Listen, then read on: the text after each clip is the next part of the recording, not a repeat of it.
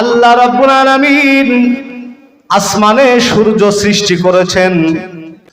والشمس والقمر والنجوم مسخرات بأمره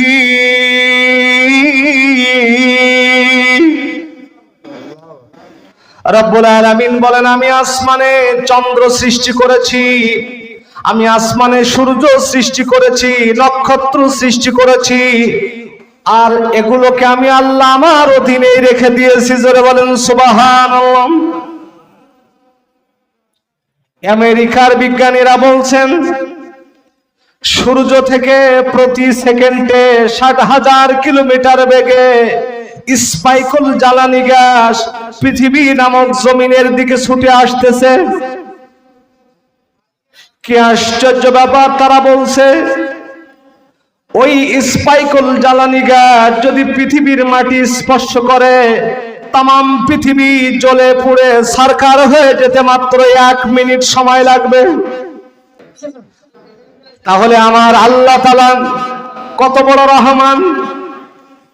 আমার আল্লাহ বলছেন, ওয়াশ-শামসা ওয়াল কমারা ওয়ান নুজুম।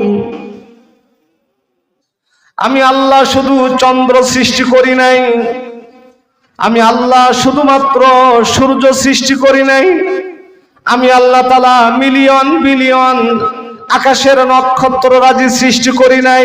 প্রত্যেকটা সৃষ্টিগুলো আমি আল্লাহ আমার অধীনেই।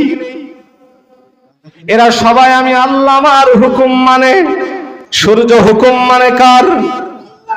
নক্ষত্র রাজি হুকুম মানে কার? আমেরিকার নাসা বিজ্ঞানীরা বলছে, কি আশ্চর্য ব্যাপার! 60,000 কিলোমিটার বেগে ছুটে আসা ওই স্পাইকল জ্বালানি গ্যাস যদি পৃথিবীর মাটি স্পর্শ করে, তাম পৃথিবী জ্বলে পুড়ে ছারখার হয়ে যেতে মাত্র 1 মিনিট সময় লাগবে।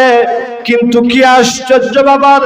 আল্লাহ রাব্বুল আলামিন প্রতি সেকেন্ডে আবার 60,000 কিলোমিটার বেগে স্পাইকল জ্বালানি গ্যাস সূর্যের দিকে ফিরিয়ে দিয়ে তাম বিশ্ববাসীকে প্রতি সেকেন্ডে মৃত্যুর কবল থেকে বাঁচিয়ে দিচ্ছেন। যিনি আসমান এবং জমিনের মালিক, রহমান আল্লাহ হলেন তিনি।